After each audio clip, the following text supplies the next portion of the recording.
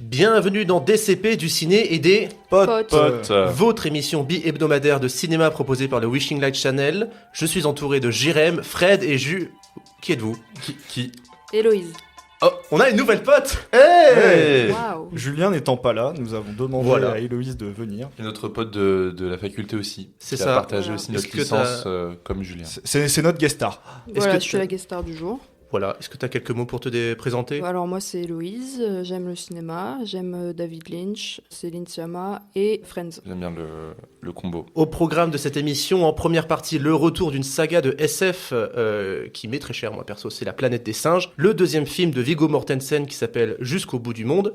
En deuxième partie, Jérém nous propose peut-être sa rubrique de chiffres la plus ambitieuse de sa carrière. Je vais vous faire jouer avec Jacqueline et on a le Joker d'Héloïse. Mais avant ça, qu'est-ce qui se passe sur la planète cinéma, Héloïse? À l'approche du festival de Cannes, il commence à y avoir des rumeurs autour d'une liste de grands noms du cinéma français qui auraient eu des comportements déplacés avec les femmes. Donc ça commence à sortir dans les médias. Le Canard enchaîné a fait un article sur la question.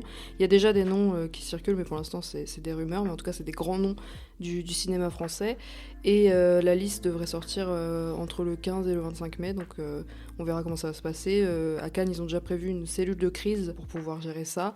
Et également, en réaction à ça, il y a une tribune d'hommes du cinéma qui soutiennent le mouvement MeToo, qui a émergé, qui est notamment signée par Reda Kateb, Swan Arlo, Emmanuel Mouret. Donc voilà, on va voir si ça va secouer le monde du cinéma. C'est marrant, j'ai vu une liste tout à l'heure. Ouais, il y a quand Oui, même il y a- il y a des Il y a une rumeurs. liste qui est déjà sortie, mais je sais pas pour l'instant, je crois que pour l'instant c'est un peu des rumeurs quand même encore. Enfin, mais oui, il y a une liste qui est sortie en tout cas. Mais c'est pas véridique, quoi. Pour l'instant, je pense qu'on n'est pas encore sûr. Frédéric. Bah moi même chose, Cannes, il y a eu un extrait du prochain film de Coppola, Megalopolis, avec Adam Driver, qui ressemble fortement à une pub Dior. C'est pas faux. Non mais après je pense que, parce qu'Adam Driver il a fait beaucoup de publicité, donc je sais pas, je l'ai un peu imaginé dans une pub. Je lance le truc, j'ai vraiment cru que c'était une pub. Donc voilà, on y voit Adam Driver sur un building qui peine à vouloir sauter ou non. Assez tentant, moi j'ai hâte de voir le film. C'est le film que t'attends le plus de l'année parce que t'en parles à chaque news en ce moment. Il attend Cannes surtout. Oh mais j'y serais pas. Triste. Triste vie. Jérém. Alors pour ma part, je vais vous parler de l'annonce du prochain film de Julia Ducournau. En effet, la réalisatrice de Grave et de Titan va réaliser son troisième film qui devrait s'appeler Alpha. Alors on sait pas de quoi le film va parler, même si les sociétés de production ont annoncé que ça serait le film le plus profond et le plus personnel de la réalisatrice. Mais on connaît les deux acteurs principaux du film qui sont même Golshifteh Farahani, qu'on va bientôt voir au cinéma dans Rokia, et Tahar Rahim qu'on a vu récemment dans un film et non des moindres puisque c'était Madame Web. Ah ouais. Ah Oui, oui. il est dans Madame Web, Tahar Rahim. C'est j'ai- le méchant. Moi j'avais vu des rumeurs comme quoi elle faisait aussi une série A24. Enfin qu'elle allait s'allier à A24. Julia Ducournau, tu veux parler? Ouais. Ouais. Elle a fait deux épisodes de la série The New Look qui est Apple TV+, qui est disponible avec Canal. Ok. Mais ça, c'est le truc de Bong Joon-ho, non? Non, alors elle a fait aussi deux épisodes de la série Servante de M. Night Shyamalan, enfin produit par Shyamalan sur Apple TV+, également. J'étais pas du tout au courant, tu vois. Mais Ok. voilà. Si tu veux savoir, pour être précis, c'est les deux premiers épisodes de la saison 2 qu'elle a réalisé de Servante. Bah moi, ma news, c'est un truc, je comprends pas comment on a pu passer à côté, ne pas en parler, vu que je suis un peu un fanboy de merde de ce gars-là. C'est l'expo James Cameron, à la Cinémathèque. J'avoue. Alors avec Jérém, on a eu l'occasion de voir un des organisateurs présenter l'expo, et il expliquait un truc pas mal, en fait, c'est que c'est la première fois dans le monde où on a accès aux dessins de James Cameron. Et ça, c'est peut-être intéressant, parce qu'on a beaucoup en tête le côté effets spéciaux et le côté grosse production de Cameron, mais là, c'est vraiment la mise en avant de ses travaux artistiques, enfin, en tout cas de dessin. Bah, nous, on va aller le voir, en tout cas. Ça a l'air très chouette. En tout cas, apparemment, ça dure un peu longtemps. C'est une grosse expo. C'était une très bonne expo. Elle dure jusqu'en janvier. Ah oui, oui. Oui, elle Ça dure va, jusqu'en janvier. 2025. C'est ça, elle dure jusqu'au janvier, mais pour la parcourir, pour la d'accord. faire, Je crois- apparemment, c'est long aussi. Bah génial. Enfin, Trop voilà. bien. Et j'ai vu qu'on pouvait avoir accès aux nocturnes gratuitement si on a moins de 26 ans. Enfin, Et- j'ai eu un mail de la Cinémathèque qui disait ça, je crois. On peut réserver une nocturne et y aller gratuitement. Ça veut dire, genre, dans la limite des places disponibles. aller la nuit Ouais. à l'expo. Je Les crois. musées font ça les jeudis. Ouais. Les Stylé, nocturnes, ouais. stylé, stylé, je savais pas. De 20h à 22h. Oui, c'est quelque chose comme ça. Après voilà, t'as peu de temps du coup. Alors que Ouais. C'est une expo quand même qui se savoure. Donc en vrai, bon, à voir quand même, c'est quand même une bonne opportunité. C'est vrai que les expos de la Cinémathèque, moi j'ai fait Expo Varda, je sais pas si vous l'avez faite, mais elle était très longue. Ah ouais Vraiment très longue. Ouais. Elle était hyper intéressante, mais ça m'a pris. Moi j'avais beaucoup fait de temps. Vampire, c'était génial aussi, très très long aussi. C'est fourni, j'imagine. On passe de l'expo d'un mec qui fait des films de SF à une saga de SF vraiment très grosse quand même, parce que c'est une saga qui dure depuis plus de 50 ans. On pensait la saga La planète des singes terminée avec le 3e épisode qui s'appelait Suprématie, mais non. La Fox fait revenir cette saga de SF avec Le Nouveau Royaume, sorte de suite spin-off qui se passe 200 ans après le premier épisode. Durant leur règne, les humains étaient capables de faire de grandes choses.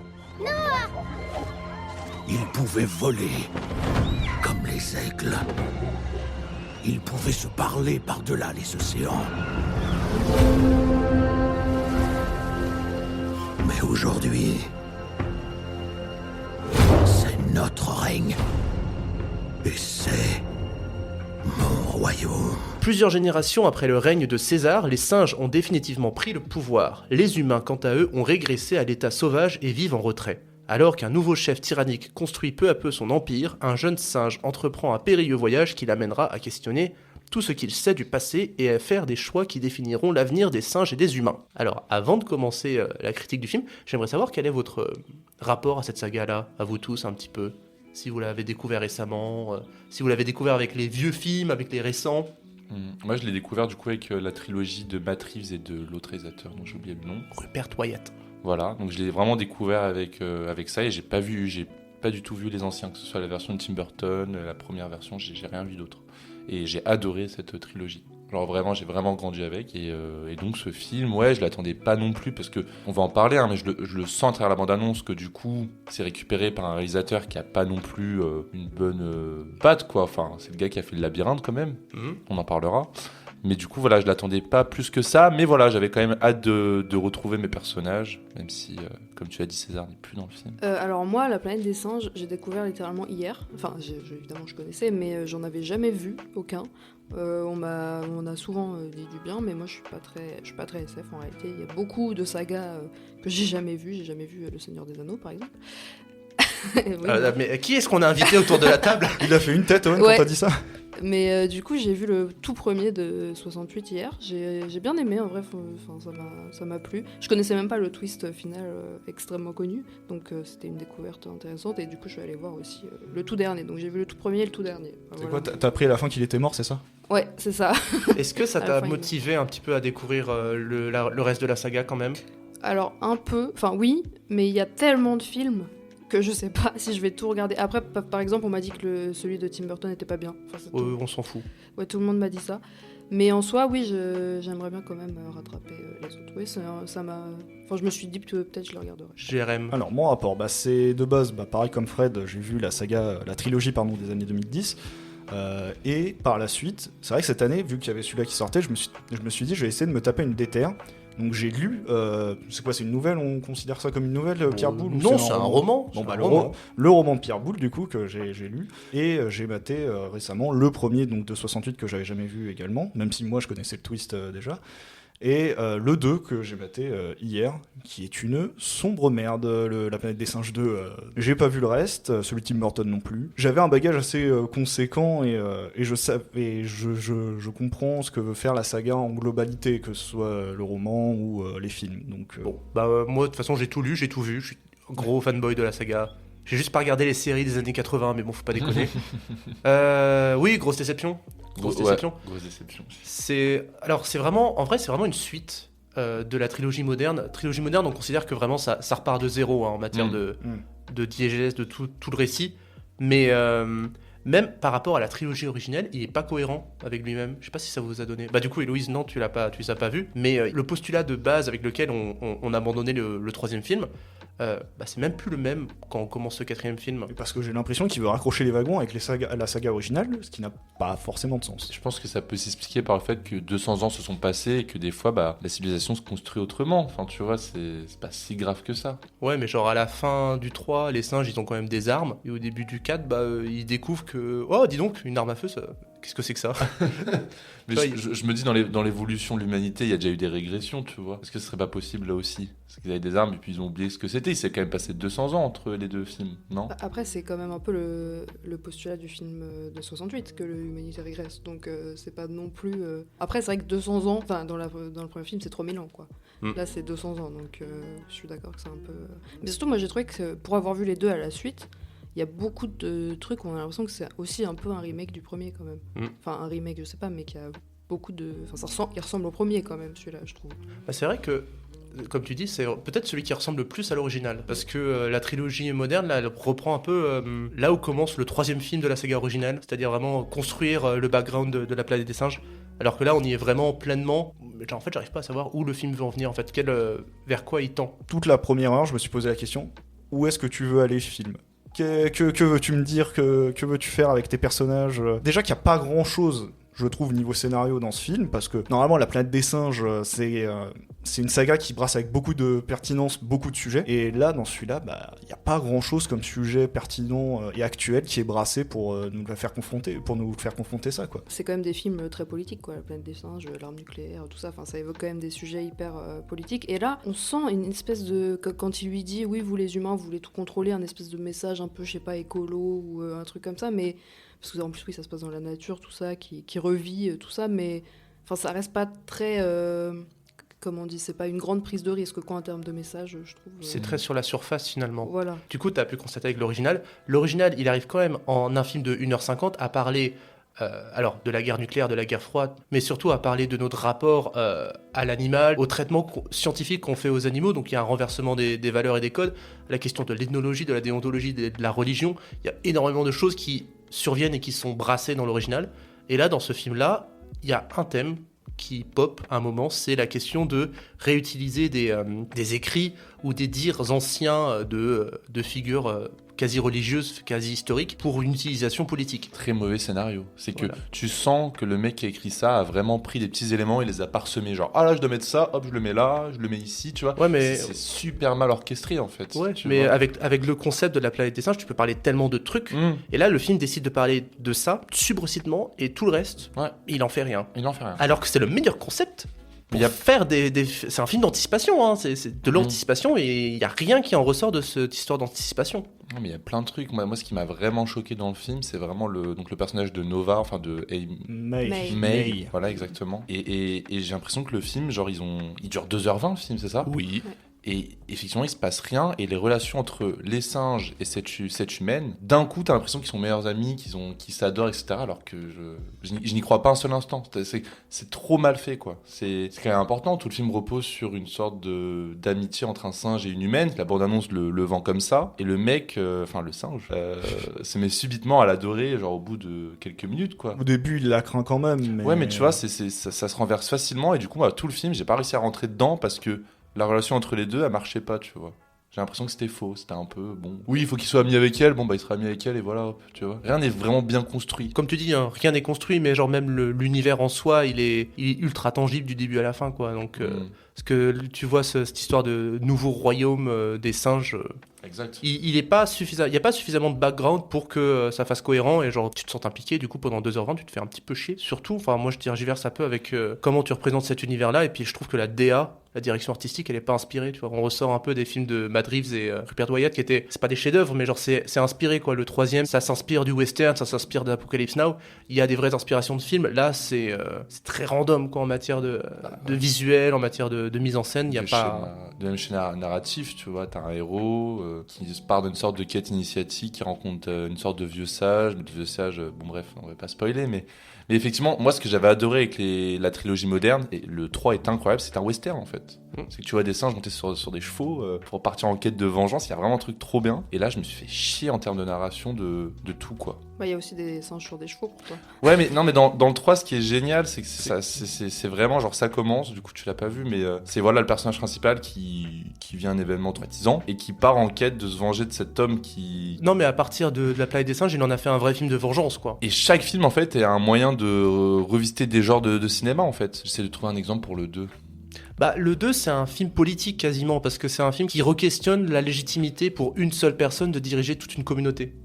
C'est un film qui dit, voilà, il y a des communautés qui sont dirigées par une seule et même personne, et selon les positions politiques de cette personne-là, bah, ça peut être très bien, comme ça peut être complètement de la merde. Ouais. En tout cas, le réalisateur, dont j'ai oublié le nom... Wes Ball, tu vois, il a repris cette saga pour en faire juste un film où il coche les codes d'un film grand budget, mais sans bien construire ses personnages, sans rien bien construire, quoi. Moi, je trouve que Parce que tu disais le thème de une personne qui dirige tout ça, donc il y a un peu ça avec Proximus, c'est pas son nom. Mais je trouve que ce personnage, il est vraiment pas intéressant. Quoi. Ah oui, Il est vraiment totalement. ouais, inintéressant. Et au niveau des personnages, c'est soit ils sont vides, genre vraiment Noah, je m'attache pas à lui. Il y a peut-être Raka qui est le sidekick qui rencontre vite fait, qui est un peu attachant, et puis voilà. Ou alors sinon, je trouve qu'ils en font trop. Proximus, pour moi, c'est trop quoi. Bah, surtout que Proximus, quand tu comptes un petit peu, il apparaît dans 4 scènes. Ah oui, Ouais, c'est clair. mais il en fait trop. Déjà, rien que dans la bande-annonce, je trouvais que ça en faisait trop. Il en faisait trop le perso. Donc, Mais il est hyper caricatural, quoi. C'est le chef méchant. Il a aucune profondeur en fait. Alors C'est que- juste le chef méchant et c'est tout. c'est ça, c'était pour contrecarrer un peu, parce qu'il s'appelle Proximus César. Donc, du coup, c'était pour un peu faire le parallèle avec César dans la trilogie de base, qui était plus posé, qui était vraiment pas dans la confrontation, et qui était. En fait, qui se confrontait quand il y avait besoin de la confrontation, et que là, lui, c'est grandiloquent, c'est tout ce que tu veux, et. Non, quoi. Mais c'est Ça, marrant ça parce fonctionne pas, quoi. C'est marrant parce que j'ai commencé à me dire pendant le film, tiens, il pourrait en faire une sorte de caricature de Napoléon et ça pourrait passer pour un truc intéressant. Sauf que comme il apparaît tellement pas dans le film et qu'à chaque fois il est là avec des grands sabots, avec des grands discours, c'est juste une caricature. Mais tous les personnages sont archétypaux en fait. Genre, y a rien qui est vivant dans ce film. Et donc, on parlait de tout ce qui était scénar, mais tu parlais de Westball du coup, mais c'est pas la mise en scène qui va attraper quelque chose, parce que pour moi, la mise en scène, il n'y a pas grand chose non plus. Hein. Non, C'est du assez basique. Donc, mais je trouve que c'est un film patchwork en plus, parce que ça pioche des références partout. Au début, t'as l'impression que c'est un jeu vidéo, s'il te plaît. On parlait, on a l'impression qu'au début, dans chaque jeu vidéo, t'as un didacticiel qui te montre comment jouer au jeu. Et là, c'est vrai que le début, ça fait un peu ça. J'étais vraiment en mode, ok, Nathan Drake, bien. Mais après, tu dis ça, non, je trouve que c'est trop bien parce que comme c'est des singes, et il le dit dans le film à un moment, on a 4 membres qui nous permettent de nous tenir à plein d'objets. Bah, c'est trop bien que ce soit catastrophe à la Nathan Drake, comme tu dis. Il y a un vrai plaisir, mais c'est ce que. Moi, voilà, j'ai pris du plaisir peut-être dans ce film parce que j'aime ces scènes de catastrophe où t'as un personnage qui se retrouve à tomber dans les airs, à s'accrocher à des trucs. Enfin, moi, j'adore, c'est pour ça que je joue Uncharted, c'est pour ça que. Donc, ce côté jeu vidéo, finalement, moi, je kiffe, moi, je prends mon pied, tu vois, non? Pas vous? Bon non, parce que c'est pas si présent que ça dans le film. Enfin, Non, tu non. le compares aux autres, là, par exemple le 2 où le non, mais climax il se passe dans une tour qui se détruit au fur et à mesure du climax. Là, ça déboîte. Là, c'est.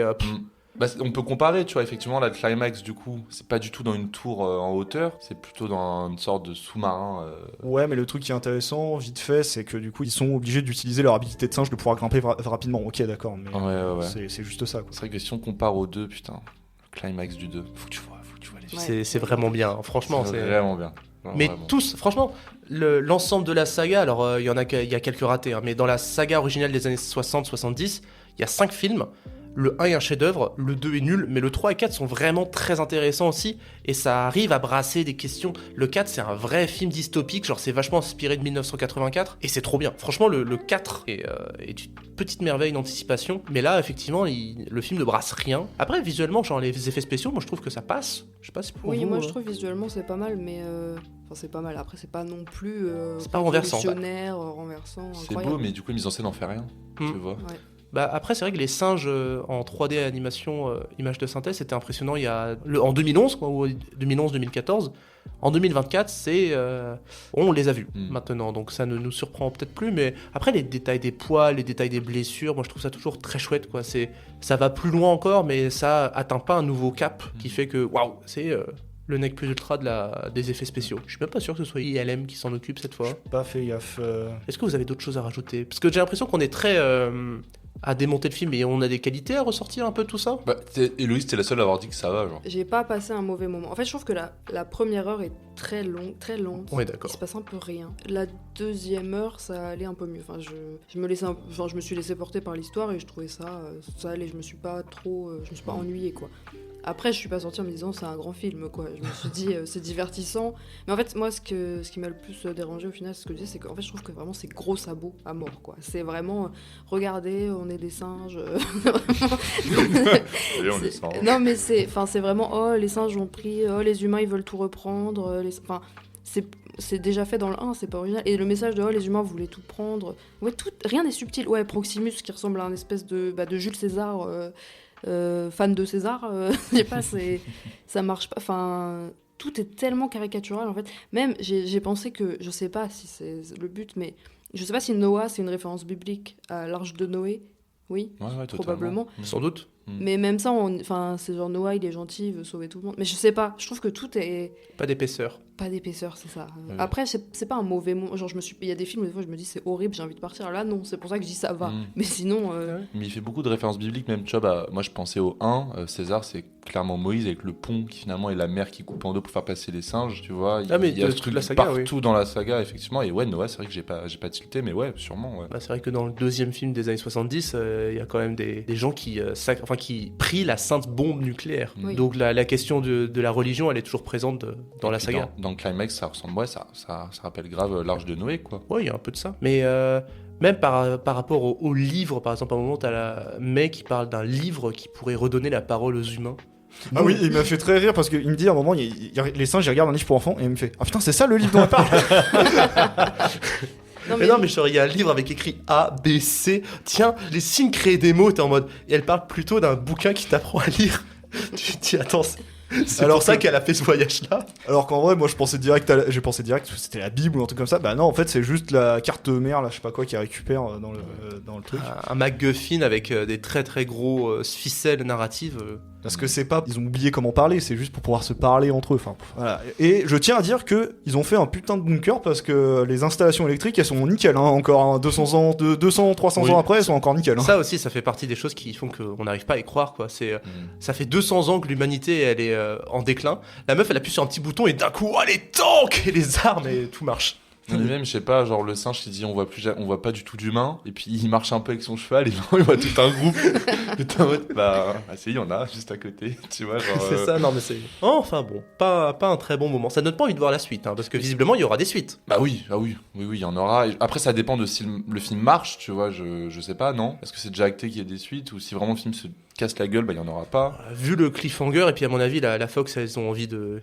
Ils ont. Bah non, c'est même plus la Fox, c'est la 20th Century Studio. Maintenant qui appartient à Disney. C'est c'est lucratif hein, la saga. Hein. Donc ils ont tout intérêt à relancer. Je veux dire, ils vont pas relancer un one shot comme ça. Ils se disent, il faut relancer la saga, mais sur quelle base tu relances la saga? Peut-être que, voilà, moi j'ai encore beaucoup d'espoir. Peut-être qu'ils vont donner la suite à un autre réalisateur qui va en faire quelque chose comme a pu faire Matt Reeves, tu vois. Enfin, c'est toujours possible. Nous verrons.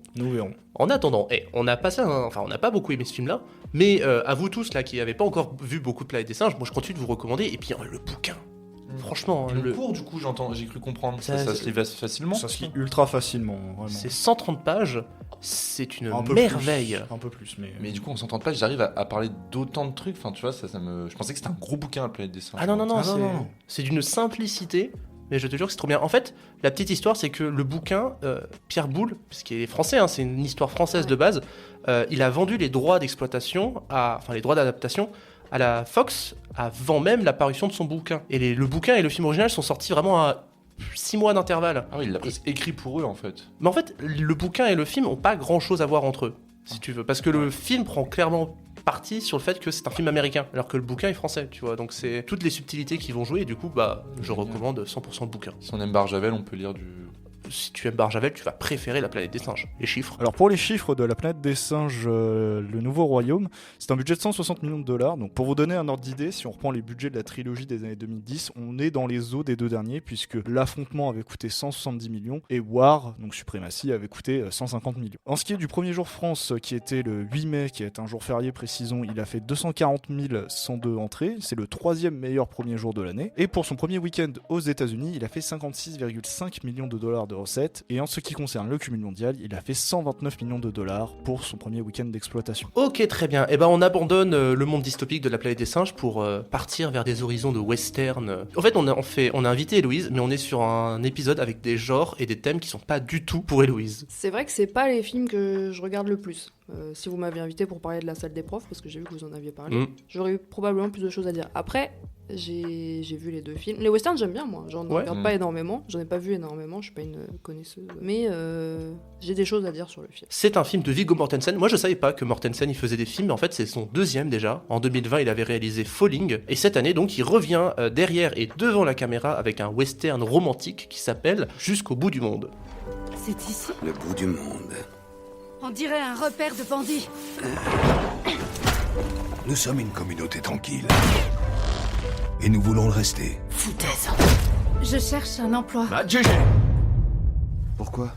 J'adore travailler et gagner mon propre argent. L'Ouest américain dans les années 1860. Après avoir fait la rencontre de Holger Olsen, immigrée d'origine danoise, Vivienne Lecoudi, jeune femme résolument indépendante, accepte de le suivre dans le Nevada pour vivre avec lui. Mais lorsque la guerre de sécession éclate, Olsen décide de s'engager et Vivienne se retrouve seule.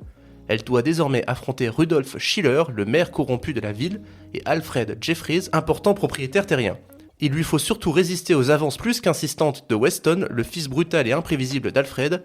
Quand Olsen rentre du front, Vivienne et lui ne sont plus les mêmes, ils doivent réapprendre à se connaître pour s'accepter tels qu'ils sont devenus. Putain, il dit tout le film, le pitch, là, c'est pas possible. Un petit peu, et puis je pense que... Moi, je trouve qu'il dit pas tout le film, justement. Il te dit de tout ce que dit la bande-annonce, mais pas le film, finalement. Ouais, mais moi j'avais pas vu la bande-annonce, donc je suis arrivé vraiment devant le film sans rien connaître. Ok. Quel est votre rapport à Mortensen, si vous avez vu des films de lui avant? Alors, il a réalisé qu'un seul film avant qui s'appelait Falling et que j'avais vu. Et il est bien? Oui, très bien. Superbe performance de Lance Henriksen qui joue le père de Viggo Mortensen. C'est marrant parce que là on a quand même un western qui se passe aux States par un réalisateur américano-danois, mais qui met vraiment en scène des personnages qui sont des émigrés sur la terre américaine. C'est-à-dire, ça dit quand même quelque chose, c'est le thème même du film finalement. Mais qu'est-ce que ça vous inspire, vous, jusqu'au bout du monde? C'est un peu longuet. Moi, j'ai pas trouvé ça longué, honnêtement. Je me suis pas ennuyée. Par contre, je trouve, c'est un peu vendu comme un western féministe. C'est ce que j'ai lu un peu des critiques. C'est le terme qu'on retrouve partout. Et je trouve ça un petit peu excessif. Parce que je trouve pas que ce soit un film à proprement parler féministe. Je pense pas que je me serais dit c'est un film féministe si j'avais pas lu les critiques qui disaient ça. Parce que je trouve que c'est un film qui effectivement donne une place importante aux personnages féminins, c'est sûr. Mais il y a beaucoup de films quand même qui donnent des rôles importants à des femmes. Et ça peut être à la limite féministe dans le sens où ça montre ce que c'était que la vie d'une femme pendant la guerre qui attend son mari, mais le film n'a pas un propos à proprement parler féministe, quoi. Elle a une vie de femme comme toutes les autres femmes de l'époque, elle attend son mari, enfin... Voilà, je trouve que je sais pas tellement pourquoi le mot féministe revient dans beaucoup de critiques comme ça. C'est quelque chose qui revient beaucoup, genre le western féministe, depuis quelques temps. Il y a quand même pas mal de films qui ont marqué ce genre. T'as genre The Power of the Dog, qui est sorti sur Netflix avec Cumberbatch et je l'ai vu, ouais, ça. Kristen Dunst. T'as plein de trucs, t'as The Nightingale de Jennifer Kent, qui avait fait Babadou, qui était passé sur le western féministe. Donc je pense que oui, c'est un mot un peu genre un peu vulgarisant. Enfin, tu vois, c'est juste pour dire, bon, on parle d'une femme dans le western, qui de base, le western est vraiment un genre c'est masculin. Des hommes se tirent dessus et une femme se fait agresser et écartée du récit, tu vois. Et là, du coup, on arrive dans un film où la femme est aussi écartée du récit, parce que ça commence, c'est ça qui était super cool dans le film, c'est que le film est structuré de manière où on commence par la fin et on revient un peu dans le passé à travers les pensées du personnage. Donc elle est écartée du film, la femme, mais en même temps elle reste dans le film. C'est son rôle même, c'est qu'elle est extérieure à l'histoire, mais elle subit c'est ça. En quelque sorte tous les désagréments de l'histoire des États-Unis. Donc je pense que quand il parle de western féministe, c'est que la femme reste comme dans le western basique, c'est-à-dire agressée par les hommes, enlevée du film, mais en même temps elle arrive quand même à rester maître du film. C'est assez fort, moi je trouve. Non, et puis le personnage de Vivienne, c'est un personnage fort. Je trouve que c'est un personnage que j'avais jamais vu auparavant, qui est un personnage qui est très rêveuse, très enfantine, je trouvais, et j'ai adoré. Moi, j'ai adoré le personnage. Mais tout en ayant quand même une personnalité, quoi. Ah oui, totalement. Elle a vraiment une personnalité, et ça on te le montre dès le début. Mais c'est marrant parce que tous les autres personnages autour d'elle, genre le personnage de Viggo Mortensen, il est caricatural presque, parce que c'est le gars gentil, doux, très patient. Un petit peu. Et l'autre là, comment il s'appelle déjà? Weston? Le fils? Ouais, Weston. Ça, c'est un cliché sur pattes, mais en même temps, genre c'est un cliché sur pattes qui sert un petit peu la narration, qui sert le propos du film, mais ça reste vraiment un très gros cliché. Alors que elle, justement, c'est vraiment un personnage qui a beaucoup plus de profondeur, qui a plus de... Elle a été mieux écrite que les autres personnages, parce que le film part d'elle. Moi, c'est un truc que je trouvais trop beau. Ça commence par le cadavre de Vivienne, qu'on enterre, et à partir de ça, en fait, elle macère dans cette terre, et c'est là où les souvenirs ressurgissent. Donc il y a un truc... Moi, j'ai beaucoup aimé le film, pour le coup. Ça, du coup, ce qui permet à Viggo Mortensen de faire un truc qu'il faisait déjà dans Falling, mais de manière beaucoup plus simple, c'est de l'alternance des temporalités. Dans Falling, il joue sur ça, sur deux temporalités, le présent et le passé, mais là, il joue sur plusieurs passés, donc c'est un truc qui va encore plus loin dans ce truc-là, et ça, c'est vraiment très intéressant dans le film, je trouve. Mais moi, je suis con. Au début, j'ai cru que le futur, c'était le passé, et le passé, c'était le futur. Moi aussi. Voilà. Du coup, j'ai pas compris, tu vois, genre je l'ai vu enterrer une femme, j'ai pas fait le lien, et après tu le vois re-rencontrer la même femme. J'étais en mode, mais attends, ça c'est le futur, mais qu'est-ce qui se passe? Il est passé où le gosse entre-temps? Moi, je me suis dit, mais il est où son gosse? Puis après, je me suis dit, bon, c'est que ça doit être une autre temporalité. Finalement, il re-rencontre sa femme à travers les souvenirs qu'il a d'elle. C'est beau. Non mais voilà, moi j'ai bien aimé cette structure du film et le personnage de Vivienne vraiment Moi, c'est surtout la vibe du film que j'ai beaucoup aimé. la vibe. Ouais, non, mais en vrai, c'est un film qui est gigadou. Déjà, je trouve la musique magnifique. Puis c'est jamais un film qui t'agresse. Pourtant, il y a des choses très odieuses qui se passent et dans lesquelles t'es révolté. Mais le film arrive très facilement à te guider vers des émotions très douces et t'es bien dans ton canapé. Bah c'est ça, parce que c'est des personnages qui normalement seraient en deuil, mais je les sens pas si endeuillés que ça, et même moi en fait, j'ai pas eu... Alors certes, tu sais qu'elle meurt dès le début, et quand tu vois, tu comprends, et t'as de l'empathie pour le personnage, mais à la fin, j'étais pas en mode... je me suis pas senti en deuil, quoi. Enfin, Mais on en parlait en plus dans La Planète des Singes, c'est un western, on est bien d'accord. Et un western, c'est souvent vengeance, un personnage qui cherche à se venger. Et là, en fait, tout le film, c'est un personnage qui ne cherche mais absolument pas à se venger, qui veut juste continuer sa vie et s'occuper de son gosse, et voilà, quoi.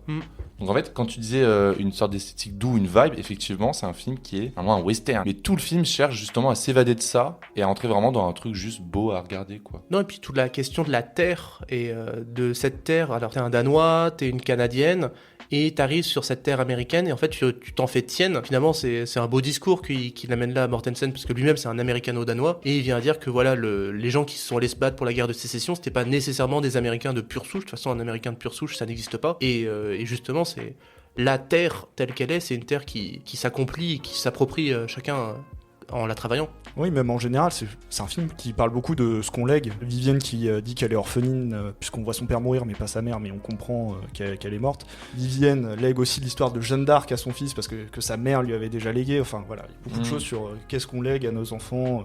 Et sur la question des langues, parce que mine de rien, c'est un film qui mélange pas mal de langues, et ça, je trouve ça chouette aussi, tu vois, parce que d'avoir un peu de québécois dans un film de western américain, je sais pas ce que ça vous évoque. Ouais, je suis d'accord, mais déjà pour les langues, c'est intéressant parce que même Vicky Krieps, l'actrice, je crois qu'elle est... Mince, elle est quoi? Franco-luxembourgeois, je crois. Franco-luxembourgeoise, ok. Et elle a joué dans des films... Elle a joué dans un film français, elle a joué dans Plus que jamais avec Gaspard Ulliel. C'est un film français. Attendez. Bah, elle a joué dans Les Trois Mousquetaires de toute façon. Ok, dans Les Trois Mousquetaires, et elle a joué dans Phantom Thread de Paul Thomas Anderson. Ah oui. Donc elle parle des langues différentes selon les films, quoi. Elle fait en français, en anglais, là maintenant avec l'accent québécois en plus. Donc oui, c'est vrai qu'il y a un vrai travail sur les langues et sur la question des langues et des origines, quoi, des personnages. Puis la langue que tu lègues à ton enfant aussi, quoi. Ah bah parce que Vincent, du coup, il parle en français parce que c'est sa mère ce que lui a appris. Il faut qu'il apprenne l'anglais avec son père. C'est un beau film qui m'a vraiment touché. À la fin, moi, je la trouve très douce. Ouais. Mais c'est marrant parce qu'on dit que le film est doux, mais le film, il s'ouvre quand même sur un meurtre. Mais oui, mais et genre tout le titre commence. du film, il apparaît en rouge avec juste en bas de l'image un cadavre. Et moi, quand j'ai vraiment commencé le film comme ça, je me suis dit, wow, putain, il sort les grands sabots, tu vois. C'est presque comme si au tout début, il te met tout ce que tu veux d'un western, et puis après, il se dit, bah non, je C'est me énorme. casse de ça et je te fais un autre film, en fait. En fait, c'est un film d'amour après, quoi. Une Ouais, romance, c'est ça, tu vois. ouais. Et c'est un film d'amour, tu vois, effectivement.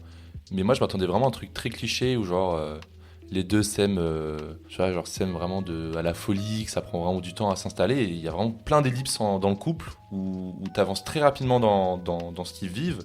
Et finalement, le personnage de Mortensen, il est pas si parfait que ça. Il y a non, quand même non, des mais- fois un peu exécrable. Enfin, tu vois, le mec se barre. Non, et puis la meilleure partie du film, c'est quand il est pas là non plus. Oui, mais Ouais. moi ça me fait penser sur ça justement. Fred, tu disais dans les westerns, la femme elle est éclipsée de l'intrigue, mais là c'est littéralement lui qui est éclipsé. Enfin, on le voit plus dans le film pendant super longtemps. Et il réalise un film, il est le personnage principal de son film, mais quand même il Il s'éclipse s'éclipse, ouais. pour laisser la place au personnage féminin. Donc dans ce sens-là, oui, c'est un film assez. En tout cas, qui met en avant une femme. Après, je tiens quand même à dire un truc que Owen nous a fait remarquer en sortant du film, c'est que il a quand même pris pour une actrice pour jouer sa femme qui a 25 ans de moins que lui. Donc c'est pas non plus... Ça, c'est le côté un peu moins féministe, on va dire, Ouais. du projet. Mais non, moi j'aime bien le film en tout cas. J'aime bien, et puis c'est typiquement le genre de film devant lequel je m'endormirais très paisiblement. Et ça, c'est marrant, tu l'as déjà redit, mais tu sais que de base, c'est négatif de dire ça. Mais toi, tu te dis une manière tellement mignonne en mode non, mais je m'endormirais devant en mode. Mais du coup, ce film, est-ce que vous êtes habitué du western féministe? Est-ce que vous aviez vu du coup Power of the Dog Ah non, du coup, mais ça me donne envie d'en voir un peu plus. Power of the Dog qui est Ouais, incroyable je pour l'ai le vu, coup. Ouais, c'était bien. Là, vraiment bien, tu vois. Qui est aussi un personnage féminin vraiment marquant. Et tu sais pourquoi moi j'en ai aucun souvenir alors que je l'ai vu? Parce que je l'ai vu chez moi, je l'ai pas vu au Ouais. ciné. Moi, j'avais eu la chance de le Ah, voir au moi, je l'ai cinéma et c'était fou. Et The Nightingale qui est un mauvais exemple, tu vois. Là, c'est une femme qui se fait agresser par des hommes. Ces hommes tuent son mari, tuent son enfant et elle veut se venger et ça part vraiment en western là pour le coup, vengeance quoi. C'est marrant parce que déjà, cette histoire de western féminin, j'ai l'impression que ça existe depuis déjà une dizaine d'années. Parce que t'avais déjà True Grit, qui, enfin, je les ai pas vus, True Grit et The Homesman, je crois, de Tommy Lee Jones, qui sont des films qui veulent mettre la femme au cœur du récit. Mais bon, sur les affiches, t'as quand même True Grit, c'est quand même Jeff Bridges à l'affiche, Homesman, pareil, c'est Tommy Lee Jones. Et là, j'ai l'impression que ça, voilà, cette histoire de... Il y a encore du terrain à gagner, mais du terrain qui est un petit peu gagné pas à pas. Et je trouve aussi qu'on l'a pas forcément dit, mais Vicky Krieps, je trouve qu'elle est super dans ce film. Je trouve Oui. que c'est vraiment une Ah très oui. bonne actrice. Ouais. C'est très naturel comme jeu. Un très bel accent québécois. Ouais. Non, bah franchement, moi j'ai pas grand chose de mauvais à dire sur le film, à part peut-être que c'est un peu redondant sur la fin. Et même la fin elle est douce, mais pendant tout le générique de fin t'as la mer en fond. Bah ouais, non, mais t'es presque un petit peu triste de quitter le film tellement t'es bien. Ça me fait beaucoup penser, du coup, je trouvais ça marrant. Enfin, en plus, c'est Mortensen qui réalise. La fin, t'as Mortensen, son gamin sur la mer. Ça vous rappelle rien? Ça vous rappelle pas un film avec Mortensen et un enfant? Où c'est l'apocalypse, où il marche. Ah, mais je l'ai pas vu, La Route. Ah, bah voilà. Non, puis- C'est exactement la moi, fin de la moi, route. par contre à un moment donné j'ai pensé au Seigneur des Anneaux. Non, mais moi, ça m'a fait beaucoup penser à la route, parce que la route se termine comme ça, par le père et le fils Ouais. sur le bord de la mer. Et effectivement, ouais, tu parlais de la mer, mais oui, parce qu'il y a le générique. Moi, je suis resté jusqu'à la fin. Et la mer, après le générique, elle reste pendant 1 minute. Ah ouais? Et tu regardes juste une image de la mer, genre. Ah. Ouais. Et je me suis levé et je me suis mis devant la mer. Ma pote, elle s'est foutue de ma gueule. Ça, c'est le Parisien qui a pas vu la mer depuis 10 ans. Exact. Ce que j'en garde de ce film, c'est que c'est un film qui est violent, qui parle de trucs vraiment durs, mais qui est beau. Et qui est même un sens un peu apaisant à certains moments. Enfin, Exact. C'est ça. En tout cas, retour plutôt positif. Pour Jusqu'au bout du monde, encore une fois, c'est un film dont je n'ai pas réussi à trouver le budget.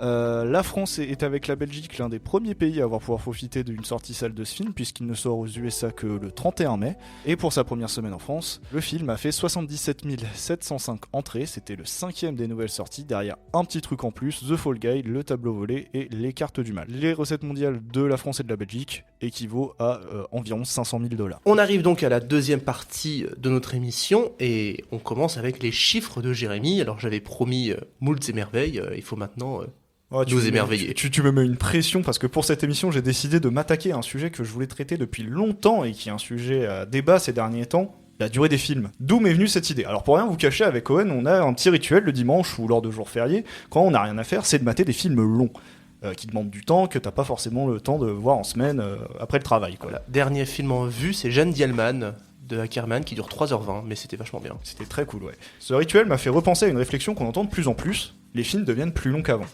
Alors en effet, rien que sur l'année dernière, on peut noter Oppenheimer qui dure 3h, Babylone qui dure 3h09, le fameux Boys of Fred qui dure 2h59, Napoléon qui dure quasiment 2h40, tout comme Tar, John Wick 4 avec ses 2h50, et bien évidemment Killers of the Flower Moon de Martin Scorsese qui pointe à 3h26. J'ai donc voulu tester cette réflexion via un système qui certes n'est pas parfait et a ses défauts, mais qui pourrait bien éclaircir et mettre des valeurs factuelles sur cette idée.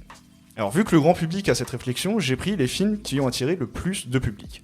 Cela implique que j'ai pris les 20 films ayant fait le plus de box-office mondial de chaque décennie depuis les années 1920 jusqu'aux années 2020. Certes, la décennie 2020 n'est pas finie, mais c'est pour faire le comparatif. Et j'ai calculé la moyenne de ces 20 films, de la durée de ces 20 films, par décennie, en prenant bien évidemment en compte les durées des sorties cinéma. C'est là qu'un contre-argument dont je suis pleinement conscient qui peut m'être incombé, ce n'est pas forcément les 20 films ayant fait le plus de box-office mondial qui sont forcément les plus longs. Si on prend l'exemple de Killers of the Flower Moon, ces 3h26 ne sont pas comptabilisés dans la décennie 2020 puisqu'il ne fait pas partie des 20 films ayant engrangé le plus de recettes en cette début de décennie. Donc j'ai fait toutes ces recherches et voici ce qui m'est apparu. Et on va pouvoir entrer dans le vif du sujet, des chiffres. Pour répondre à la question, est-ce que les films qui atteignent les plus hautes sphères du box-office sont de plus en plus longs? La réponse est oui, depuis les années 80, car la réponse est un peu plus complexe et on peut voir une sorte de schéma. Si on prend des années 30 jusqu'aux années 60, on remarque une hausse significative de la durée des films, augmentant de 30 minutes, passant de 1h48 à 2h18.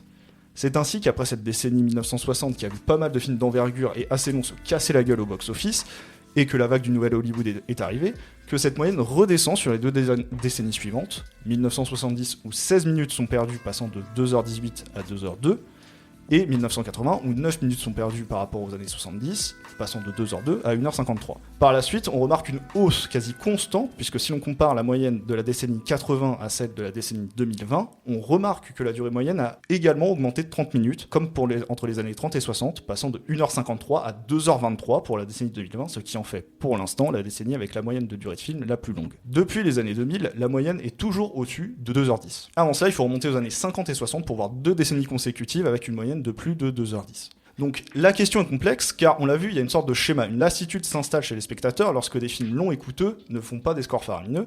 Les films deviennent en moyenne plus courts avant de redevenir plus longs. Peut-être que cette lassitude arrivera lors de cette décennie et que les années 2030 verront de nouveau des films qui font des gros scores durer moins de 2h10.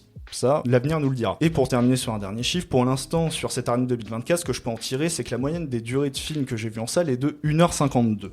Alors, certes, tous les films que j'ai vus en salle ne feront pas partie du top 20 du box-office de la décennie, mais si je compare à l'année dernière, où j'ai vu en salle des films qui duraient en moyenne 1h57, cela fait une petite baisse. Mais bon, l'année n'est pas finie, et des films ayant des durées assez longues à sortir, comme Furiosa qui est proche des 2h30, Kinds of Kindness, le prochain Yorgos Lanthimos qui pointe à 2h45, tout comme le film de Gilles Lelouch, L'amour ouf, mais aussi l'adaptation du Comte de Monte Cristo qui est proche des 2h50, ça peut vachement évoluer.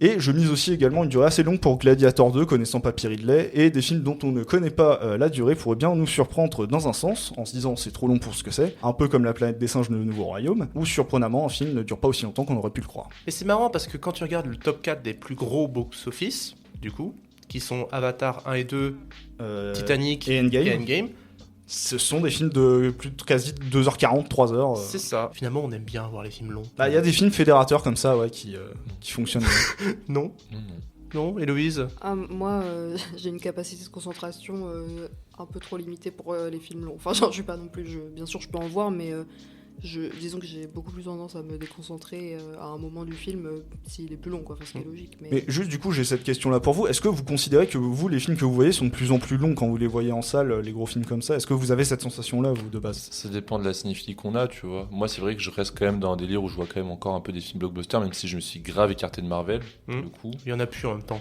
Il y en a plus, mais même, tu vois. Donc, c'est vrai que vous, j'ai remarqué que vous deux, vous étiez vraiment dans ce truc américain blockbuster, donc vous voyez pas mal de films de 2h20, voire plus. Moi, écoute, je m'en suis un peu écarté. Donc, Oui, mais vu que le grand public, lui, en général, va plus voir ouais, ça, non, tu bien vois, sûr, ils sentent qu'il y a une augmentation.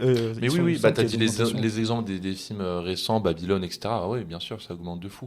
Maintenant, en vrai, je dis que ça me dérange. Non, ça me dérange pas, parce que des fois, t'as des films, ils ont beau faire 3 heures, tant qu'ils sont bien construits et que ça se passe super bien, bah, y a aucun problème. Moi, je prends mon pied, je regarde le film, genre Babylone, tu vois, moi j'ai adoré. Hein.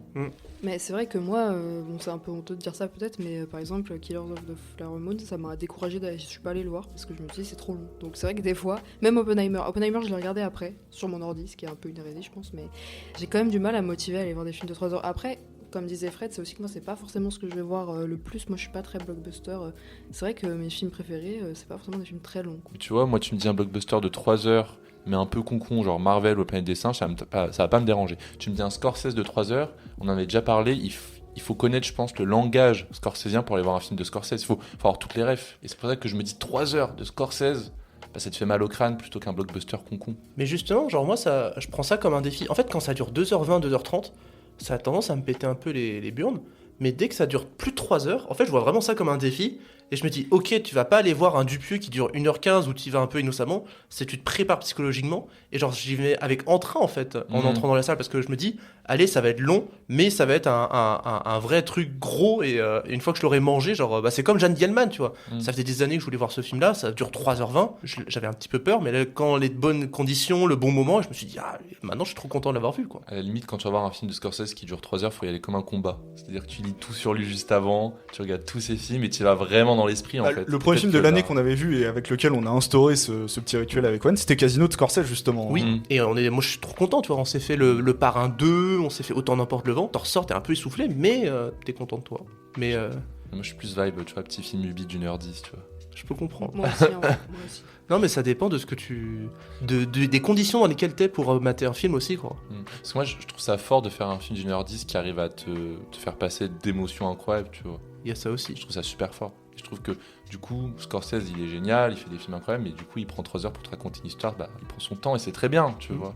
C'est encore plus fort un film d'1h20, 1h30. C'est peut-être pas forcément prendre son temps, c'est en tout cas prendre le parti pris de raconter quelque chose de très dense. Parce que par exemple, Casino, vu tout ce qui se passe dans le film pourrait faire 5 heures, mais c'est ultra condensé, Casino. Hein. Quand tu regardes le film, ça s'enchaîne, mais tellement vite.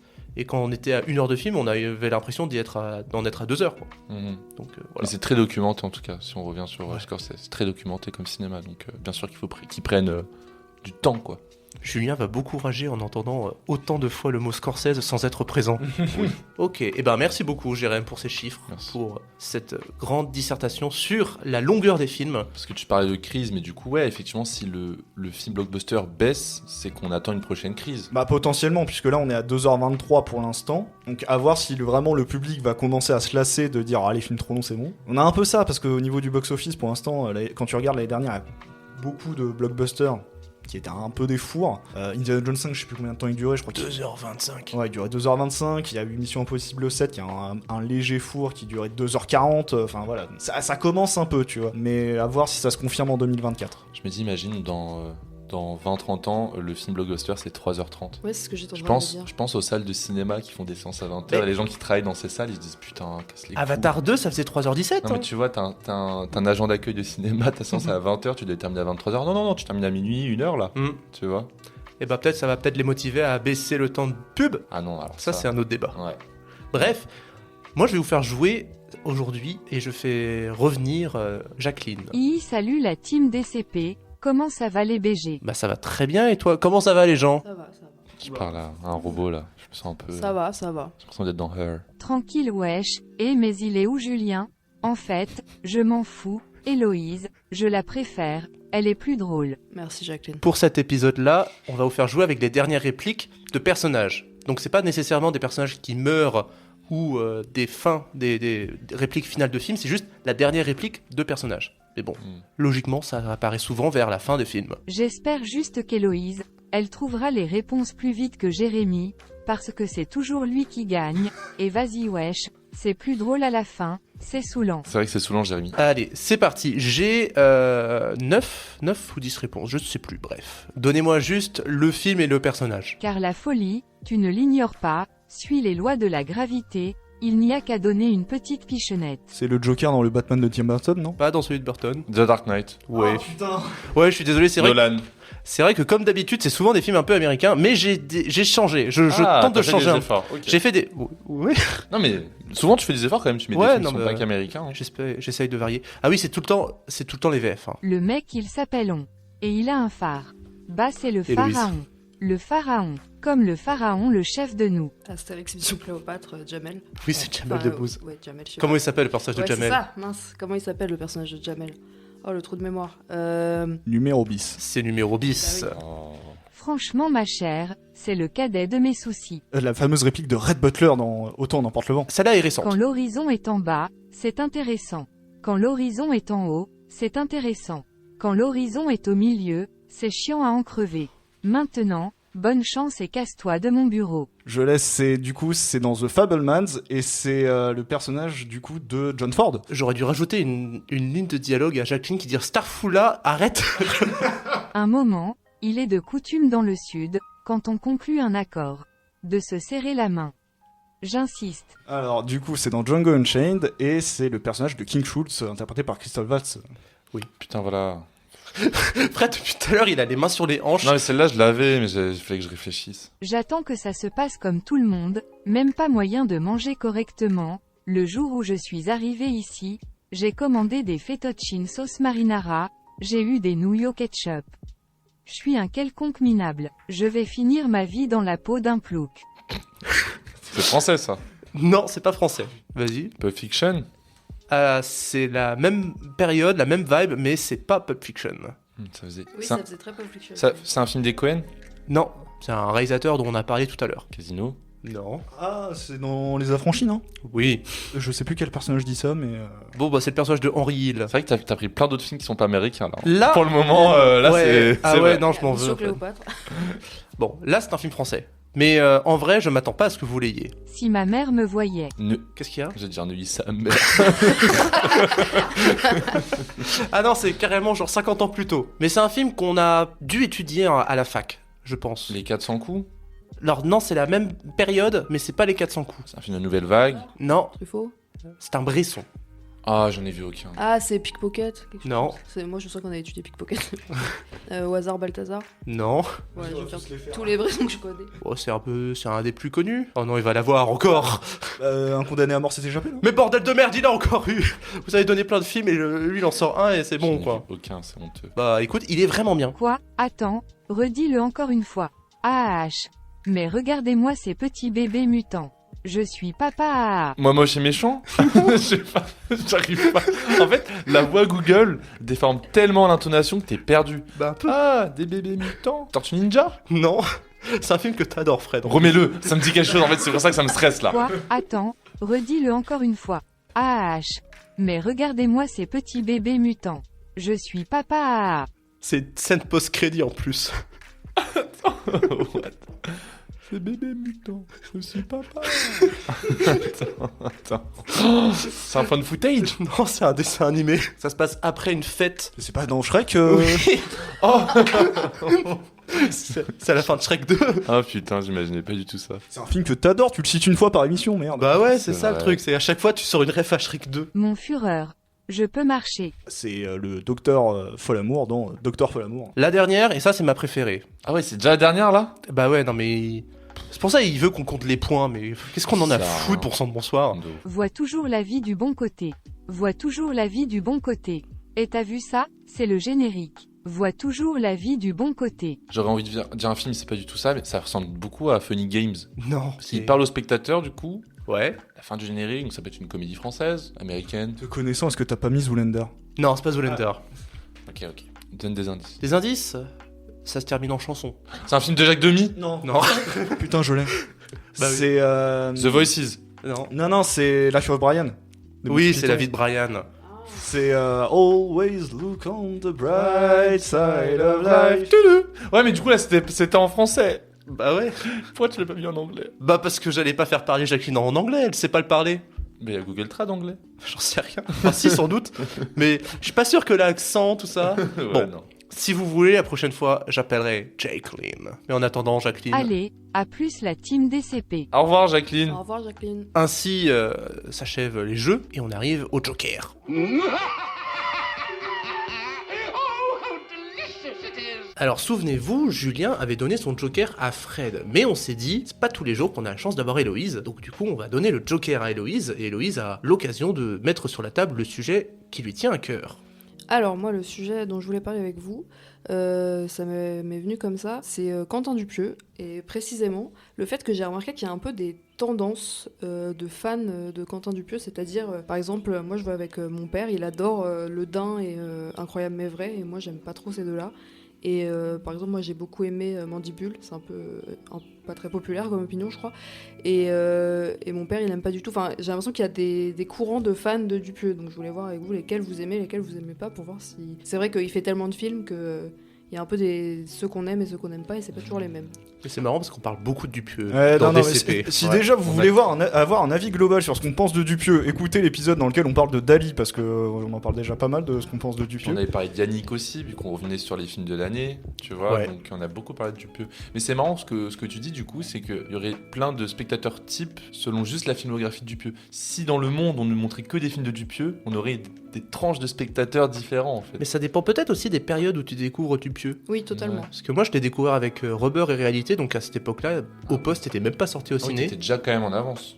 En Ah, moi avance, aussi, hein. je suis pas sûr. Hein. Je crois, j'ai l'impression que c'est à cette période-là où tout le monde a découvert Dupieux. Ah non? Moi j'ai découvert avec Le Dain. D'accord. C'était mon premier film de Dupieux, j'ai adoré Ouais. parce que ça mêlait un peu de fan footage. de caméra embarquée, et c'était un slasher en quelque sorte, donc il y avait des trucs super cool, donc c'est un de mes préférés. Mais non, moi je suis vraiment arrivé après vous. Ok, et Jérém? Je crois que le premier que j'ai vu au ciné, c'est pareil, c'était Le Dain, je crois. J'ai plus de souvenirs. Mais... Le Dain, Ah non, j'ai vu au poste. Mais non, je suis con. Ah, c'est au poste. J'ai vu au poste. Donc le premier que j'ai vu, ça devait être au poste. Mais effectivement, il y a eu cette période américaine, puis la période maintenant où il fait des films tous les ans, puis tous les 9 mois, puis tous les 6 mois. Mais maintenant, j'ai l'impression qu'on va devoir parler d'un film de Dupieux toutes les 2 semaines, tous les épisodes en fait, parce que... Bah, on va voir, là, il est dans une lancée où il fait plein de films, mais peut-être que bientôt il va un peu se stopper et prendre plus de temps à faire des films qui seront peut-être plus... Bah, c'est ce qu'on évoquait déjà dans l'épisode dans lequel on parlait de Dali, quoi. C'est que à un moment donné, ça en devient un cinéma fast-food, quoi. Et Ah, qu'est-ce que vraiment. t'en avais pensé de Dali, toi? J'ai pas trop aimé Dali, moi. J'ai vraiment Moi, j'ai adoré Yannick, mais vraiment, j'ai Ouais. adoré Yannick. C'était Ouais. moi, je l'ai mis en film préféré de mon année 2023. Vraiment, j'ai Ah trouvé oui. ça. Mais je trouvais ça génial, en fait. Mais je trouve que, par exemple, Fumer fait tousser, ça m'avait pas plu. Enfin, c'est vraiment ce truc de il fait tellement de films que t'as envie de te dire, mais prends le temps de Et travailler vraiment certains trucs. Il y a à manger et à boire, et souvent, les films reposent sur leurs idées, et si l'idée t'y adhère, finalement, c'est gagné d'avance. Hein. Genre Le Dain, moi j'avais vite compris que j'avais bien aimé ça, quoi, Le Dain. Moi, ce que j'avais, quand je parle de courant, c'est aussi par exemple parce que Le Dain, moi par exemple, j'ai pas trop aimé. Encore que j'ai bien aimé au revisionnage, mais j'ai pas trop aimé quand je l'ai vu en salle. Et il y avait un de nos profs, que je ne citerai pas, que je ne nommerai pas, qui avait dit qu'il avait beaucoup aimé parce que ça parlait de dépression masculine et que c'est un sujet qui le touchait. Et mon père aussi a beaucoup aimé ce film et il a beaucoup aimé. Non, mais pour dire, il y a un truc de. Il a beaucoup aimé Incroyable mais vrai parce que ça parle du temps qui passe, de la nostalgie et tout. Et mon père, il m'a dit, t'es trop jeune pour aimer ce genre de film. Donc il y a aussi peut-être un truc d'âge et aussi d'homme et de dépression. Le Dain, ça commence par si tu n'existais pas avec un Jean Dujardin qui a une vie d'avant qu'on voit pas. Donc peut-être que c'est pour ça que ça parle à ton père parce qu'il est plus grand et Non, mais c'est ça, c'est ce que mon père a dit, c'est que ça parle beaucoup de nostalgie, de Alors mélancolie. que toi qui as adoré Yannick, il y a peut-être ce truc très jeune, très rebelle, parce que Yannick c'est un personnage qui se rebelle contre une pièce de théâtre en fait, tu vois. C'est très parisien, Yannick, aussi, comme film. Il y a aussi ces questions-là, c'est que Incroyable mais vrai, ça se passe dans un milieu un peu rural, ça parle du temps qui passe et de la douceur, alors que Yannick, c'est clairement un film c'est un Parisien qui pète un câble. Pas hein. du tout, Rural, c'est pas du incroyable. tout un Parisien, Yannick. Clairement C'est un que si. mec qui vient de la Mais c'est- banlieue, bah, justement, ouais, c'est Ah pas oui, du tout un oui, qui va Parisien. à Paris, enfin tu vois. Ouais, mais genre, tu sais, il y a tout ce background de compressé par la vie parisienne qui se passe dans ce... Enfin, moi, je l'ai ressenti comme ça, en tout cas, Yannick. Bah, t'as un public qui peut-être habite Paris, mais je trouve pas que Il ça habite soit- à Melun, il le dit dans le film. tu vois. Oui, mais justement, il dit, je fais le déplacement pour venir, tu Ouais. vois. C'est vraiment un film qui te dit, putain, la vie à Paris, genre, pour aller se détendre dans Paris, c'est insupportable. Et nous, on est plein dedans. On peut essayer de faire une typologie des spectateurs. Donc il y aurait les vieux qui adorent les films un peu, donc Le Dain et Ouais, Incroyable mais mais vrai. vrai. Et puis Yannick qui fait plus jeune, plus révolution, plus rebelle. De base, et c'est ce que j'avais dit à l'époque dans mes chiffres de Dupieux sur le même épisode de Dali, désolé, je vais beaucoup l'évoquer parce que, vu qu'on a beaucoup parlé déjà à ce moment-là, c'est que le public de Dupieux est très parisien. Et je sais pas, du coup, la différence qu'il y a entre les entrées des films de Dupieux en Paris périphérie comparé et au reste de la France, même si on peut savoir, j'avais dit que je crois que c'était à peu près 40%, il fait à peu près 40% de ses entrées sur Paris, En Île-de-France. sur Paris-Île-de-France, ouais. Donc, ce qui est énorme, hein. Mais j'ai l'impression que Dupieux, c'est plutôt diffusé dans les cinémas d'art et d'essai. Je me trompe peut-être, hein. C'est des films d'arrêt essai. Mais quand je reviens à Vannes, dans ma petite bourgade, on a 2 cinémas. On a le Cinéville, qui est vraiment le gros multiplex, et on a la Garenne, qui est le petit cinéma avec 3-4 salles. Et en général, il me semble que Dupieux est à l'affiche du petit cinéma, qui diffuse 2 ou 3 fois par jour, tu vois, le film. Bah, il passe quand même dans tous les pâtés, Gaumont, pâtés, UGC, tout ça. Enfin, je veux dire, c'est quand même pas non plus. Et il ouvre Cannes. Et il ouvre Cannes. Enfin, tu vois, Ouais, c'est c'est vrai. pas non plus En gros, vraiment arrêt C'est essai. pas un peu obscur. Les films de C'est pas Dupieux un ils peu sont distribués par Diafana. Et Diafana, ils sont étroitement liés à MK2, au circuit MK2. C'est pour ça que t'as beaucoup de trucs MK2. Ah oui, c'est toujours MK2 dans ouais. la première. Donc en fait, non, Dupieux a vraiment des contacts dans des grosses firmes. C'est pour ça qu'il y a toujours MK2M, même si c'est pas bien. Sûrement. Bah justement, ouais. Mais c'est marrant parce que là, on cite beaucoup, alors Incroyable mais vrai, Yannick et Le Dain. Et Réalité, j'ai l'impression que c'est souvent considéré Incroyable. comme son meilleur. Et je trouve que Réalité, c'est son meilleur, effectivement. Et c'est marrant parce que quand je l'avais découvert pour l'époque, c'était vraiment un film surprenant, quoi, où tu te disais, ah, enfin, quelqu'un qui tente des trucs saugrenus et inattendus. Et je trouve que maintenant, il s'est. Ah, tu vois, pour avoir fait l'inverse, moi j'ai découvert du coup Dupieux depuis sa période au poste, etc. Et j'ai découvert la réalité que très récemment. Je trouve pas que ça soit son meilleur, tu vois. Ouais. Je préfère, Tu enfin, il y a des films que j'ai vus de sa période à partir de laquelle il faisait un film par an, là, que je trouve meilleur que que de réalité. Bah moi ouais à l'époque je l'avais quand même je crois que j'avais vu Le Dain et Réalité, j'avais dû écrire un dossier, il est vraiment fort ce film et du coup le fait que tu l'aies découvert après tous ces films où il tente tout ce qu'on connaît de lui, c'est peut-être pour ça que t'as été un peu plus déçu. Non, pas forcément, parce que je connaissais le film de réputation, mais non, c'est juste j'ai pas forcément accroché tant que ça au film, quoi. Peut-être il me happe plus avec un concept fort qui dure qu'1h25 que, enfin même pas 1h20 quoi, que un gros film d'1h30. Alors 1h30 ça reste court dans l'ordre d'idée des choses, tu vois, mais je sais pas, peut-être qu'il voulait que c'est peut-être, même si je savais qu'il avait cette réputation de film un peu barré, je sais pas, ça m'a pas accroché. Et les films d'avant l'Amérique. Donc je pense à des films comme Steak. Alors Rubber et Wrong, il me semble que c'est déjà Alors, c'est ça. américain. Ouais. Steak, c'est son premier film, si je dis pas de Ouais. bêtises. Ouais. Qui est Et incroyable. après, Rubber, Wrong Cops. Tu vois, là, vous parlez de tous ces films, effectivement, les derniers, en fait, je les baisse dans le classement. À part Yannick, quand je repense à Steak, quand je repense à Réalité, quand je repense au Dain, je les trouve incroyables comme film. Et puis là, récemment, Dali, Incroyable mais vrai. Et Mandibule, on l'oublie. Mandibule, Oui. moi, je l'ai vraiment pas. Parce pas qu'il a apprécié. vraiment pas été très apprécié. Ce Ah, film. Moi, je l'aime vraiment bien, hein. Pas aimé. Moi, j'ai Également. trouvé ça. Enfin, moi, j'ai trouvé ça divers. J'ai trouvé ça très drôle, en fait. Ça m'a beaucoup fait rire. Mm. Après, c'est pas forcément. Enfin, je trouve que par exemple, c'est juste un sketch du Palmacho, quoi. Enfin, Oui. Bah, comme Yannick. Yannick, c'est un film de Raphaël Quenard, presque. Ouais, mais tu vois. j'allais dire, la différence, c'est que Yannick, le message est en vrai beaucoup plus profond. Et moi, j'ai failli pleurer à la fin d'Yannick, vraiment. Hein. Mm. Genre, je trouve que c'est. Enfin, c'est pour ça que moi, je trouve pas que ce soit juste un film parisien. Enfin, c'est vraiment un film sur la vacuité de l'existence. Enfin, je sais pas, Mm. mais c'est vraiment un film sur un homme complètement perdu. Mais à la fin, je sais pas, quand. Bon, je vais spoiler du coup, mais quand il est là, il regarde la scène Ouais. en pleurant et tout, c'est hyper fort. Et là, il y a la BRI qui arrive. Enfin, je sais pas, je trouve ça fou, moi. Mhm. Genre, ça m'a fait le même effet que Nocturama, quoi, en termes de film sur des attentats, quoi. D'accord. Donc, Mais voilà. c'est vrai que Yannick, c'est vraiment le film qui part de rien en matière de budget. Oui, Enfin, c'est ça. c'est faire un film de fou avec rien du tout. Bah, quoi. c'est ça. Non, ouais, c'était une bonne rencontre entre les deux. Mais du coup, deuxième acte, qu'est-ce que ça vous inspire? Parce qu'on a que le trailer et on sait que c'est Bah, tu l'ouverture. parles de Parisien, tu parles de. Bah, c'est peut-être son film un peu où il met des acteurs vraiment Des grosses de la têtes. culture parisienne, quoi. Léa Seydoux, Louis Garrel. Louis Lardon, Garrel, Vincent t'as Lindon. Lelouch, t'as Vincent Lindon. Enfin, là, par contre, Non, il a le pris- louche, il est pas dedans. Hein. Il me semble pas. Non, Il est je pas annoncé au casting, je crois. Mais moi, la bande-annonce, bah, en fait, c'est pour ça aussi que j'y pense, c'est parce que mon père m'a dit elle est géniale, la bande-annonce, regarde-la. Et moi, je l'ai pas trouvée folle, honnêtement.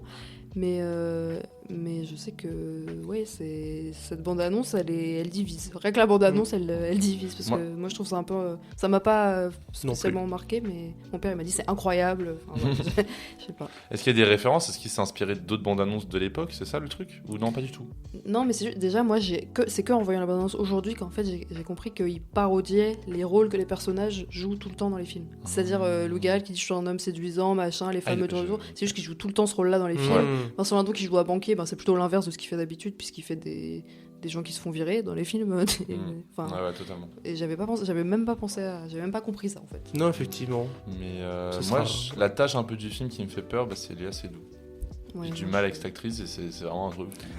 La haine viscérale qu'il a C'est une contre haine, ouais. Non, mais Contre on, Léa Ouais, Seydoux. Léa Seydoux, on- ouais. on verra, parce que visiblement, ce sera un film méta. De toute façon, moi je vais tous les voir, hein, les Dupieux. Je rate jamais Bah, un Dupieux, même si je sais que je vais pas forcément aimer. On en parle tout le temps, ouais. C'est on ça, va les quoi, voir, en c'est- fait. Là, tout à l'heure, je me disais, ah, j'ai la flemme, et en même temps, je me dis, je demandais à Jérém, ça dure combien de temps cette connerie? 1h20. Ah, c'est ça, du coup tu y vas. Haussement d'épaule et ok, ça durerait 3h20 comme un Scorsese, ok, tu vois. Mais bon, après, s'il arrivait à faire un film de 3h20 tous les 6 mois, Il serait fort. Mais si tu reviens du coup sur nos goûts de Dupieux, bah, en fait, quand on a reparlé de réalité, ouais, il était vraiment fort. Et je me rends compte que ce qui lie les films que j'aime de Dupieux, c'est l'horreur. l'horreur. Réalité, t'as vraiment tout un délire sur les têtes des gens qui Oui. explosent. Le Dain, c'est vraiment un slasher. Il y avait un peu de ça dans Film Effet Tousser, par exemple. Il y avait un sketch. Bah, c'est ce que j'avais adoré. Moi, Fumer fait tousser, c'était quelques sketchs que j'avais bien aimés. Le mieux dans Fumer fait tousser, je suis d'accord. C'est avec les Raphaël sketchs. Quenard aussi. Ouais, c'est les C'est le sketchs. truc de la machine. Tu Ah vois. non, non, je pensais Ah au ouais. truc d'avant avec la meuf bah, dans le- son casque le là qui slasher se met à aussi, tuer Ouais, les ça oui, aussi, gens. c'est vraiment. super. Tu vois, donc je trouve que Dupieux, j'aime quand il parodie l'horreur.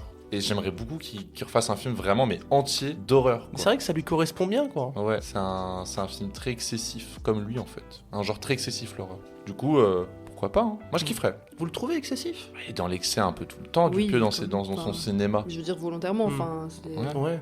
Non, parce que j'ai l'impression, enfin, vu que maintenant l'image que j'ai de Dupieux, c'est un mec qui est dans son cocon et son Mais style. je disais son cinéma, lui, pas lui. Dans le sens, son cinéma Ah oui. est excessif, tu vois. Oui, Mais pas non. négativement, genre. Ouais. Les concepts, c'est un peu grossier, comme le cinéma d'horreur. dans un sens. Est-ce que vous avez d'autres choses à rajouter sur le sujet du pieu? Bah moi j'ai l'impression que les Dupieux que je préfère, c'est ceux qui sont, je dirais, le mieux écrits, où les dialogues sont... Parce que je trouve par exemple, j'adore Au Poste, c'est un de mes vraiment top 3 Dupieux, et je trouve que vraiment les dialogues sont fous, enfin, c'est tellement drôle, c'est tellement bien écrit. Yannick aussi, Raphaël Quénard, toutes ses répliques, enfin, c'est super. Y a quoi même Mandibule, en fait, c'est ça que j'aime dans Mandibule, c'est que je trouve ça assez bien écrit. Donc moi j'aime bien aussi le côté horreur, moi en vrai, le fait que ce soit excessivement gore des fois et tout, genre c'est vrai que Raphaël Quénard dans La Machine là c'est super, enfin donc moi j'aime bien aussi ça, ouais, mais c'est vrai que c'est souvent les dialogues moi qui me marquent chez Dupieux. Okay. Et vous deux, du coup, si on essaie de trouver un type un peu des films que vous aimez de Dupieux, qu'est-ce que ça dirait sur vous? Parce que de base c'était ça toute ta question. Alors moi c'est Réalité, Le Dain et Incroyable mais vrai. Ah non, Yannick. T'es dans la mouvance de mon père, alors homme dépressif. Est-ce que ça raconte quelque chose sur moi? Mon père il va écouter, il va dire que je fais que parler de lui et de dire qu'il est dépressif, mais il est même pas dépressif. Hein. C'est juste qu'il dit ouais les films sur la nostalgie, le fait de vieillir et tout. Non, je pense que je suis plutôt comme Héloïse, moi c'est plus les films avec les dialogues qui sont assez bons, bien écrits et même qui me font marrer énormément. Donc Yannick, pareil, ça fait partie de mes Dupieux préférés. Donc après, ouais, comme j'ai dit tout à l'heure, donc vu que Réalité, je l'ai découvert après, peut-être que si je l'avais découvert avant, je sais pas, peut-être que j'en penserais autre chose, tu vois. Mais Yannick m'aura fait quelque chose parce que en fait, on s'était enchaîné tellement de Dupieux où je m'étais dit bof que Yannick, je dis vraiment là, il y a quelque chose là. Donc que du coup, il a un peu surpassé les autres pendant un moment et c'est vrai que au final, j'oublie facilement les films de Dupieux. Donc, moi j'ai des petits échos sur celui qui sort du coup et qu'il est super bien, selon les échos que j'ai entendus. De gens qui travaillent dans le cinéma et qui en ont marre des films, qui regardent des films, ils en ont rien à foutre. Nous verrons. En plus ça sort dans pas très longtemps du tout. Verrons bien. Sujet clos sur Dupieux. Ouais. Et ben c'était très chouette. Merci Héloïse. Merci. Je te demande pas à qui tu vas donner le Joker parce que le Joker suivant on sait déjà à qui il est. C'est Habibi. Merci beaucoup Héloïse. Merci Héloïse d'être venue. De t'être rejoint à nous, c'était vachement chouette. Dans 2 semaines, Julien sera de retour, mais en attendant, vous pouvez nous retrouver sur Deezer, Spotify, Apple Music et sur YouTube. On se dit à dans 2 semaines et des grosses bises à vous tous. Salut. Salut.